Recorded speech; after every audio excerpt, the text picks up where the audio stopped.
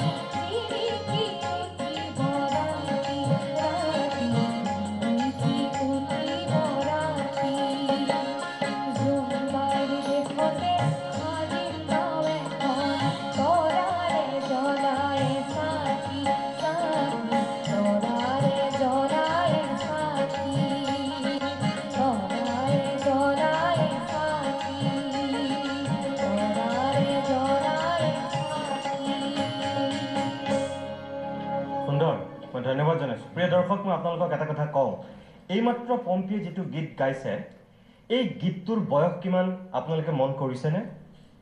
এই গীতটো আজিৰ পৰা প্ৰায় ৭৪ বছৰৰ পূৰ্বে ৰাণী পালে গাইছিল আৰু এইজন পুৰুষোত্তম দাসে এক প্ৰকাৰ সৃষ্টি কৰিছিল। এবছৰ দুবছৰ নহয়, আজিৰ পৰা প্ৰায় ৭৪ বছৰ পূৰ্বে এই গীতটোৰ এনেদৰে পুৰুষোত্তম দাসে সজাইছিল। কম কথা নহয়, ভাবিলে সঁচাকৈ এটা আচৰিত লগা কথা। ৰমেনদা, মই পম্পীয়ে গাই থাকোঁতে মই তাকে ভাবিছোঁ, কি সংগীত, কি কথা, কি সুৰ।